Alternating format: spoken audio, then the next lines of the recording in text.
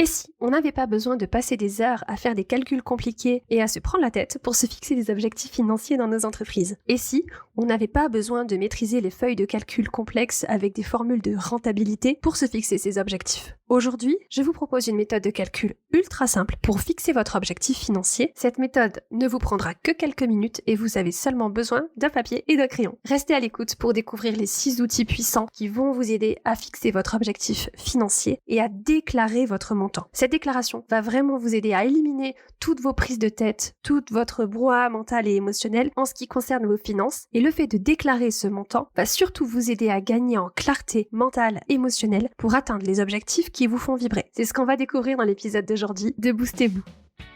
Vous écoutez Boostez-vous, le podcast dédié à l'empowerment des entrepreneuses. Je suis Camille, entrepreneuse, coach mindset et business et fondatrice de Boostez-vous. Ce podcast, c'est le rendez-vous incontournable pour toutes celles qui veulent construire une entreprise à leur image. Des épisodes riches en conseils pratiques, en outils, en inspiration et en idées nouvelles pour cultiver votre confiance en vous, passer à l'action et booster votre potentiel entrepreneurial. Découvrez comment transformer votre relation à l'argent et acquérir les compétences nécessaires pour devenir une entrepreneuse audacieuse et prospère. Et maintenant, place à votre épisode du jour. Bienvenue dans l'épisode de cette semaine de Boostez-vous. Aujourd'hui, on parle d'argent, on parle d'objectifs financiers. Cet épisode, c'est la deuxième partie de la série d'épisodes que j'ai créée pour vous sur les objectifs financiers. Donc aujourd'hui, objectif financier partie 2, déclarer votre montant. Alors, on ne parle pas de déclaration d'impôt, mais on parle bien de notre objectif financier pour notre entreprise et je vais vous partager 6 outils pour vous aider à déclarer ce montant, à mettre de l'intention dans le choix de votre objectif financier. Avant de démarrer l'épisode, je voulais vous remercier d'être de plus en plus nombreuses à écouter ce podcast. J'apprécie sincèrement votre temps, votre attention, les retours que vous me faites sur le podcast. C'est hyper précieux, alors merci à vous. Donc aujourd'hui, on parle d'objectifs financiers. C'est la deuxième partie de la série d'épisodes en 2 parties. Avant ça, un rapide récapitulatif de l'épisode précédent. J'ai décidé de consacrer 2 épisodes sur cette question des objectifs financiers et j'aurais pu en faire plus, mais pour cette série-là, j'ai décidé de me limiter à 2 parce que je vois que les objectifs financiers, je vois que leur rapport à l'argent, c'est un domaine où tellement de femmes, tellement d'entrepreneuses sont vraiment en lutte, vraiment galère avec ce sujet-là, avec cette relation un peu amour-haine, cette ambivalence qu'on peut avoir avec l'argent et avec les objectifs financiers. Et comme je vous l'ai dit dans la première partie, quand on n'a pas de clarté sur nos objectifs financiers, on va aborder ce sujet-là un peu à la légère, un peu avec au hasard. Et on va faire des choix qui viennent de cette énergie de hasard, un peu on fait les choses à la volée. Et c'est pas une bonne décision parce que quand on fait des choix à partir de cette énergie-là, ce sont généralement des choix qui vont pas nous rapporter d'argent, qui vont au contraire aspirer et consommer tout notre temps et toute notre énergie. Alors que quand on a de la clarté sur nos objectifs financiers, on va faire des choix beaucoup plus intentionnels, beaucoup plus alignés et des choix qui vont produire des résultats, qui vont produire de l'argent, qui vont produire du revenu. Donc dans la première partie, je vous ai partagé 6 secrets pour arrêter de vous prendre la tête avec vos objectifs financiers, pour être un peu plus dans le lâcher-prise par rapport au choix de vos objectifs financiers. Donc si vous n'avez pas eu l'occasion d'écouter cet épisode, si vous voulez aller le rattraper, je vous mettrai le lien dans les notes de cet épisode de podcast. Aujourd'hui, partie 2, 6 outils puissants pour changer votre façon de penser à vos objectifs financiers et vraiment vous donner le pouvoir d'avoir de la clarté, d'être très au clair sur votre montant. Et vous verrez que quand on arrivera à cette étape-là, la partie déclaration de votre montant, du montant que vous avez envie d'avoir dans votre entreprise, dans votre objectif financier, ça vous prendra 5 minutes. C'est vraiment très simple, c'est facile à faire et je pense que vous allez adorer ce que je vais vous partager. Donc on y va, c'est parti, on plonge dans les 6 outils. Une des choses que j'ai remarqué, c'est que la plupart des méthodes et des conseils qu'on nous donne pour choisir un objectif financier, le fait de maîtriser des formules de rentabilité, etc., pour rendre les choses mesurables, etc., personnellement, ça m'ennuie, rien que le fait d'entendre ça. Et je vois que c'est le cas pour la majorité de mes clientes, parce qu'en fait, tous ces processus ignorent complètement toutes nos émotions autour de nos objectifs financiers, toutes nos croyances, toutes nos pensées limitantes qu'on peut avoir à propos de nos objectifs financiers. Et c'est souvent pour ça que les techniques traditionnelles pour se fixer des objectifs financiers, ça fonctionne pas ou ça fonctionne pas sur la durée. Et je suis sûre que c'est peut-être des pensées ou des émotions que vous avez déjà ressenties. Je suis sûre que ce brouhaha émotionnel et ce brouhaha en termes de pensée, c'est quelque chose que vous avez déjà ressenti quand on vous dit qu'il faut rendre votre objectif smart, le rendre mesurable, blablabla. Alors ça a l'air ultra facile et je pense que c'est peut-être facile pour certains, pour les mecs qui ont inventé ce genre de méthode par exemple. Mais ce que je constate, c'est que pour nous les femmes, en tout cas pour toutes les femmes que j'accompagne et pour moi, on n'est pas tout à fait faites de cette façon et donc ça ne fonctionne pas tout à fait pour nous. Pourtant, on a envie de se créer des objectifs financiers parce que ça va nous donner quelque chose de tangible à atteindre et je suis persuadée que la création d'objectifs financiers va nous donner de l'espoir, va nous donner de la motivation, va nous donner un élan. Dans la tête de beaucoup de femmes entrepreneuses, il y a cette espèce de mélange un peu confus entre objectifs financiers, entre combien j'ai besoin pour couvrir mes dépenses, avec cette espèce d'embrouillamini, d'amalgame un peu, où tout est un peu mélangé dans notre tête, au lieu d'avoir un objectif clair, un objectif percutant, un objectif qui nous fait rêver. Donc pour clarifier aujourd'hui le type d'objectif financier sur lequel on se concentre, en fait il peut y avoir différentes sortes d'objectifs financiers. Par exemple, on peut avoir un objectif financier pour notre épargne, on peut avoir un objectif financier pour notre investissement, sur ce qu'on veut investir, et on peut avoir des objectifs financiers sur notre dette, de la réduire ou de la rembourser. Ce dont on parle aujourd'hui, c'est un objectif de revenu dans votre entreprise. Votre objectif de revenu, c'est le montant qui vous parvient dans votre entreprise avant les taxes, avant les dépenses. L'idée ici, c'est de garder les choses vraiment très très simples pour le propos de cet épisode, ce qui va vous aider à avoir beaucoup plus de clarté et à nettoyer un peu tout le brouhaha que vous pouvez avoir autour de votre montant. Donc pour avoir un objectif financier clair, je vais vous partager 6 outils puissants pour vous aider à clarifier tout ça. Premier outil, choisir le bon mot pour parler d'argent. J'en ai déjà un petit peu parlé dans l'épisode de la semaine dernière, mais c'est tellement important que je voulais revenir là-dessus ici. Si vous aimez pas le mot objectif, n'utilisez pas le mot objectif. Ne laissez pas les mots vous arrêter. La vérité, c'est que les mots ont un sens, ils ont une signification, ils ont une charge émotionnelle. Peut-être que vous aimez le mot objectif, peut-être que vous ne l'aimez pas. Moi, le mot que j'aime plus encore que le mot objectif, j'aime bien le mot objectif, mais celui que j'aime plus que le mot objectif, c'est le mot intention. J'aime le mot intention parce que ça signifie direction, ça signifie concentration, ça signifie envie. J'aime bien aussi le mot intention parce qu'il adoucit le côté un peu brut de j'y suis arrivé ou j'y suis pas arrivé du mot objectif. Et j'aime aussi le mot intention parce que je le trouve beaucoup plus puissant que le mot souhait ou que le mot désir ou le mot rêve, par exemple. Donc pour moi, c'est le mot intention qui prime sur le mot objectif ou sur le mot souhait ou le mot rêve ou désir. Pour vous, si c'est un autre mot, c'est ok, choisissez le mot qui vous convient, mais ne laissez pas le mot objectif ou n'importe quel autre mot, d'ailleurs, vous bloquer dans le processus. Choisissez le mot qui vous convient, peut-être choisissez-le en anglais si le mot en français vous gêne. Voilà, essayez de tester le mot qui vous drive à vous, qui vous fait du bien à vous. Deuxième outil, j'en ai là aussi parlé un petit peu dans l'épisode de la semaine dernière, mais je vais le couvrir un petit peu différemment aujourd'hui. Laissez le passé dans le passé. Je le répète parce que c'est ultra important, laissez le passé dans le passé. Peu importe si vous avez atteint votre objectif financier l'année dernière ou si vous ne l'avez pas atteint. Peu importe si vous n'avez jamais atteint aucun objectif financier que vous vous êtes fixé. Peu importe. Ce n'est pas parce que vous n'avez pas atteint votre objectif par le passé que ça veut dire que vous n'êtes pas capable de l'atteindre maintenant. Objectif ou intention, peu importe, comme vous voulez. Peut-être qu'aujourd'hui, vous êtes dans une situation où vous avez l'impression de ne pas gagner assez d'argent dans votre entreprise pour couvrir toutes vos dépenses, surtout si vous débutez. L'idée ici, c'est de vous convaincre que vous pouvez le faire. Vous pouvez absolument le faire. Vous pouvez atteindre votre intention financière, votre objectif financier, quel qu'il soit. Le point important ici, c'est de vous donner la permission d'aller à la rencontre de cette intention que vous avez fixée pour vous-même. Objectif ou intention, j'utilise ce mot de façon un peu interchangeable ici aujourd'hui, remplacé par le mot qui vous convient. Donc ici, l'important, c'est de vous donner la permission d'aller à la rencontre de cette intention financière, quelles que soient les circonstances qui se produisent autour de vous. Votre objectif financier, il dépend de rien d'autre que vous qui décidez que c'est ce montant-là vers lequel vous avez envie d'aller et qui vous mettez en action pour essayer de l'atteindre. Et plutôt que de se dire « je ne l'ai jamais fait » et d'être très orienté sur le passé, on peut changer notre perspective et au contraire se concentrer sur le futur et imaginer celle qu'on sera devenue en essayant d'atteindre notre intention, notre objectif financier et se dire « je veux faire l'expérience de ça. Je veux aller à la rencontre de mon intention financière. Je veux aller à la rencontre de la personne que je vais devenir en faisant ça. » Outil numéro 3, libérez-vous de toutes les résistances que vous pouvez avoir au fait de vous fixer un objectif et de déclarer cet objectif financier. Ce qui est important ici, c'est que vous ne pouvez pas improviser votre objectif financier. Il y a beaucoup de personnes qui résistent au fait de se fixer des objectifs en se disant « ah ben je vais bien improviser, puis je verrai bien ce que je serai capable de gagner ou pas ».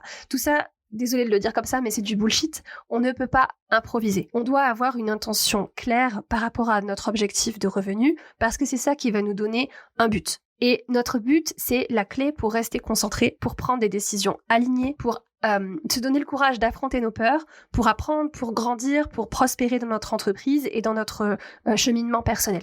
Donc à nouveau, le courage d'affronter nos peurs, c'est cette énergie de se dire, peu importe quelle est mon intention financière, je veux devenir la femme qui gagne ce genre de montant-là. Mon intention, c'est de devenir cette femme-là. Une des principales résistances que j'entends sur l'idée de se fixer un objectif financier, c'est la peur de se sentir déçu si on n'atteint pas notre objectif. Mais en fait, tout ça, c'est un cycle. C'est un cycle perpétuel de déception. Vous avez peur, vous dites « je n'ai jamais fait ça, je n'ai jamais été cette femme-là ». Donc, on a peur d'être déçu. Du coup, on ne se fixe pas d'objectif et on est déçu parce qu'on n'a pas fixé d'objectif et on n'a pas vraiment réalisé ce qu'on pouvait faire, ce vers quoi on pouvait aller. On n'a pas réalisé notre potentiel. Donc, ça entretient une espèce de cycle perpétuel de déception. Donc se poser une intention en termes d'objectif de revenus va nous aider à sortir de cette espèce de spirale descendante de déception et vraiment il vaut mieux avoir une intention et ne pas l'atteindre que de ne pas avoir d'objectif du tout. Parce que le fait d'être clair sur nos objectifs, ça va nous servir de catalyseur pour prendre nos décisions, pour voir des opportunités, pour se créer des opportunités pour nous-mêmes. Et ça va nous aider à passer des étapes, passer des paliers, être vraiment dans une démarche d'auto-croissance, de croissance personnelle. 4e outil, choisissez votre intention avant de connaître le comment. Donc ce besoin de savoir exactement, pas à pas, comment on va faire pour atteindre notre objectif avant même de s'être mis dans le mouvement ou avant même d'avoir fixé un objectif, c'est complètement illogique. Ça semble rationnel alors qu'en fait c'est pas du tout rationnel, c'est un besoin de l'ego de se rassurer et de connaître avant d'avoir démarré comment ça va se passer. Pareil, c'est un concept dont j'ai parlé un petit peu la semaine dernière et je vous en reparlerai très bientôt, c'est l'idée de notre zone de confort financière. Notre cerveau, il est capable de créer, de concevoir et de gagner certaines sommes d'argent. Et l'idée, c'est de fixer un objectif financier qui soit un petit peu en dehors de cette zone de confort financière. L'idée, c'est d'aller se challenger et de se choisir un montant qui est en dehors de notre zone de confort, qui est dans notre zone de challenge. Si on reste dans notre zone de confort financière, alors notre cerveau est capable de manière assez réaliste, ou en tout cas d'une manière qui nous semble assez réaliste, d'imaginer comment on va faire pour gagner ce montant. Alors c'est mieux de se choisir un objectif dans notre zone de confort plutôt que pas d'objectif du tout, mais c'est pas l'idéal. L'idéal, c'est d'inverser ce processus et de se fixer d'abord une intention financière, un objectif financier, avant de savoir comment. Et ce qui se passe quand on fait ça, c'est qu'en fait, on va créer un espace dans notre cerveau entre ce avec quoi il est déjà familier et ce vers quoi on a envie d'aller. Et cet espace, ce champ des possibles qu'on a ouvert, en fait, c'est dans cet espace qu'on va découvrir de nouvelles compétences, de nouvelles opportunités, de nouvelles capacités. Et c'est comme ça qu'on va découvrir comment on va atteindre notre objectif financier. On peut pas le savoir avant, sinon ça veut dire qu'on est dans notre zone de confort. Donc notre cerveau, à partir du moment où on va lui créer cet espace mental, il va utiliser toute son énergie pour combler cet espace, combler cet écart, franchir cette espèce de gap inconnu. Il va vous aider à combler ce fossé. Et ça, c'est juste incroyable et c'est utiliser une des capacités puissantes de notre cerveau au service de l'atteinte de nos objectifs. Donc le concept que je voulais vous partager ici, c'est que vous ne pouvez pas connaître le comment tant que vous n'êtes pas arrivé. C'est en regardant en arrière qu'on peut dire comment on est arrivé à atteindre un objectif et jamais en regardant en avant. Donc la première étape, c'est de fixer notre intention, d'être au clair, d'être spécifique sur le montant qu'on a envie de gagner, avant même de connaître le comment. Donc ça, c'était notre outil numéro 4. On en arrive au 5e outil, choisissez votre montant. Alors, il existe beaucoup de techniques, de méthodes pour se fixer un objectif financier et la plupart d'entre elles fonctionnent, la plupart d'entre elles ont des avantages et aussi des inconvénients. L'idée de ce podcast, c'est pas de les passer tout en revue ici aujourd'hui parce que je respecte votre temps et que ça nous prendrait beaucoup trop de temps. Moi, ce que je vais vous donner, c'est la méthode, l'outil qui a fonctionné pour moi, celui qui est mon préféré et celui qui, de mon point de vue, nous sert le mieux parce qu'il accomplit 2 objectifs en même temps. Donc on va se fixer un objectif de revenu et cette méthode, elle va aussi vous aider à créer ce sentiment d'abondance, ce sentiment de plus qu'assez. Donc on n'a pas le temps de rentrer dans tous les détails de ce que ça veut dire plus qu'assez. Pour la faire courte, disons que plus qu'assez, c'est quand on a toujours plus que ce qui est suffisant sur notre compte en banque pour couvrir toutes nos dépenses, y compris les impôts, les charges, les formations, le coaching si on a envie de se faire accompagner, les prestataires éventuels. On couvre tout ça et plus que ça, plus qu'assez. Je vais vous donner le moyen de calculer ça dans quelques secondes. Et en fait, ça semble assez basique, assez simple, mais la plupart des femmes ne vivent pas leur situation financière de cette façon-là. Pour beaucoup de femmes, beaucoup d'entrepreneuses que je vois autour de moi, que je coach, que j'accompagne, elles sont vraiment mal à l'aise avec cette idée d'avoir plus qu'assez, plus que suffisamment. Généralement, elles ont juste suffisamment. Et c'est pas une question de montant, c'est une question d'état d'esprit. J'ai vu des femmes dont les dépenses étaient de 2 000 ou 10 000 euros par mois, elles n'avaient pas assez. En fait, elles n'avaient, dans leur mentalité, dans leur esprit, elles n'avaient jamais tout à fait assez. J'ai vu des femmes qui avaient des dépenses à 10 000 ou 50 000 euros par mois et elles avaient toujours cette impression de pas avoir assez. Donc en fait, ce sentiment de pas assez, de pénurie, de manque, c'est pas une question de numéro, c'est une question d'état d'esprit, c'est une question de vibe, c'est une question de façon de penser l'argent. Et en fait, c'est un système de croyance qui est très profondément ancré dans notre société sur la relation des femmes et de l'argent, avec un ensemble de règles, d'injonctions assez ancrées sur ce qui crée ce sentiment d'insécurité, ce sentiment de manque, quel que soit le montant du compte en banque. Mon objectif avec Boostez-vous, c'est de justement réinventer ces règles sur les femmes et l'argent et de ce qu'on est autorisé à gagner, de ce qu'on est autorisé à avoir et de s'autoriser à avoir de l'argent, avoir beaucoup d'argent, avoir plus qu'assez d'argent. Parce que quand les femmes ont de l'argent, on fait généralement de grandes choses avec, n'est-ce pas? Il y a tout un tas de raisons qui font que les femmes ont ce sentiment de manque et ce sentiment de pas assez quand il s'agit d'argent. Et je vous assure, j'ai coaché des entrepreneuses qui avaient des résultats incroyables, qui généraient des centaines de milliers d'euros par an et qui n'avaient pas ce sentiment de assez, qui vivaient toujours avec cet état d'esprit de pas assez. Alors ça peut paraître fou, ça peut paraître dingue, mais c'est vrai, c'est la réalité. Et ce que je souhaite pour vous, c'est que vous ne soyez pas cette personne. Je veux que vous soyez l'entrepreneuse qui a plus qu'assez, qui a plus que suffisamment. Parce que quand vous êtes dans cet état d'esprit de plus qu'assez, ça crée un énorme sentiment de paix, ça crée un bien-être financier, tant sur le plan monétaire qu'émotionnel. En tant que femme, le besoin de sécurité, c'est quelque chose qui est très fort chez nous, c'est quelque chose qui est sociétal et historique.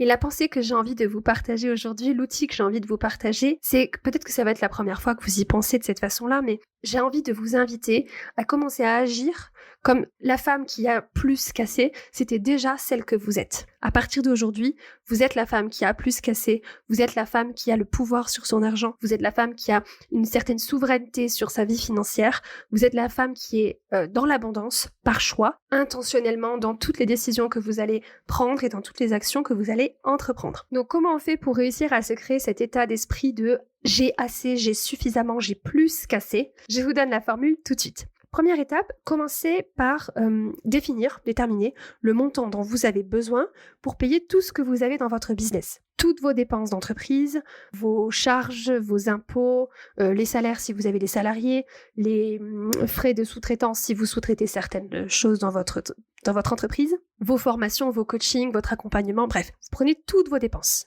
Vous regardez ces chiffres de base. On n'est pas encore au plus qu'assez. Donc, prenez un papier, un crayon et notez quel est ce chiffre de base. Une moyenne mensuelle, annuelle, peu importe. Quelles sont vos dépenses de base?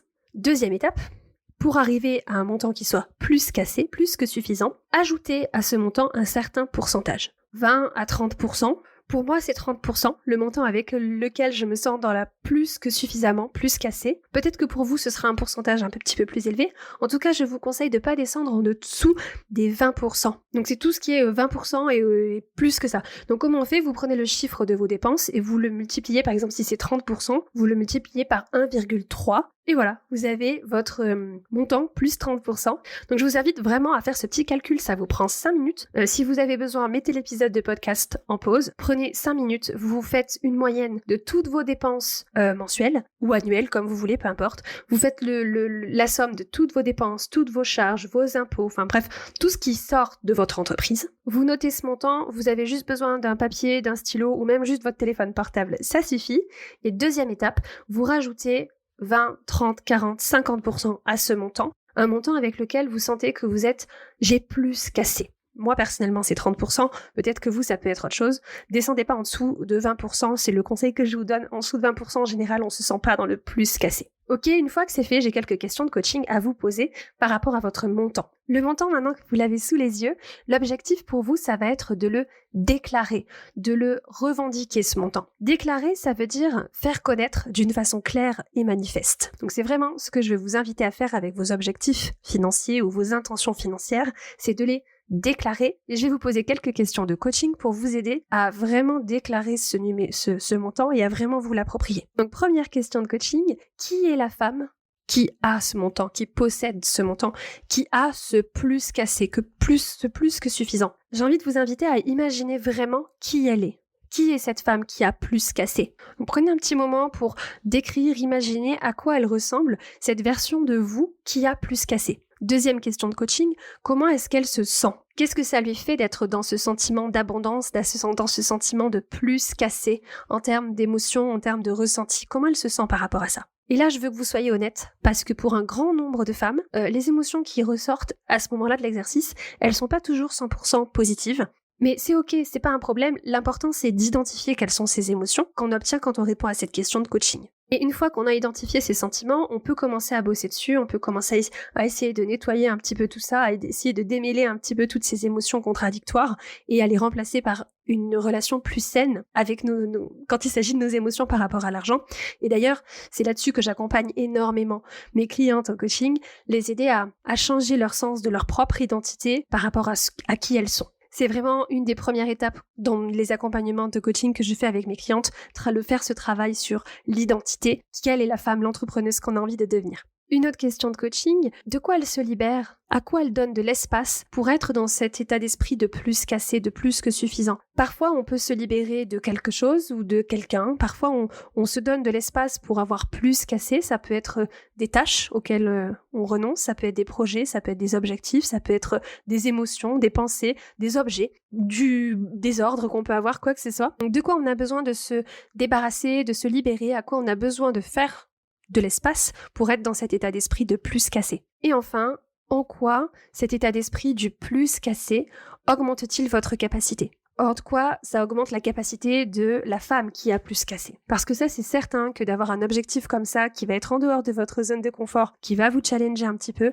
c'est quelque chose qui va vous faire grandir, qui va vous aider à vous étendre. Et pour terminer, le dernier outil puissant qui va vous aider à déclarer votre objectif financier, votre intention financière, ça va être de rendre facile l'atteinte de votre objectif financier. Et justement, c'est pas la partie forcément la plus simple, parce que notre cerveau, il va avoir tendance à compliquer tout le processus d'atteinte de nos objectifs. Mais je vous rappelle, ce que je vous ai partagé plus tôt, c'est que le comment, c'est pas la première étape de votre plan d'action. Le comment, vous découvrirez le comment au fur et à mesure du chemin, vous saurez comment vous avez fait quand vous serez arrivé à destination en fait. Mais en attendant, en cours de route, ce que je vais vous proposer ici, c'est d'essayer de rendre les choses plus simples, de rendre les choses plus faciles, en se posant la question tout simplement, comment est-ce que je peux faire pour rendre ça plus simple, plus léger, plus amusant?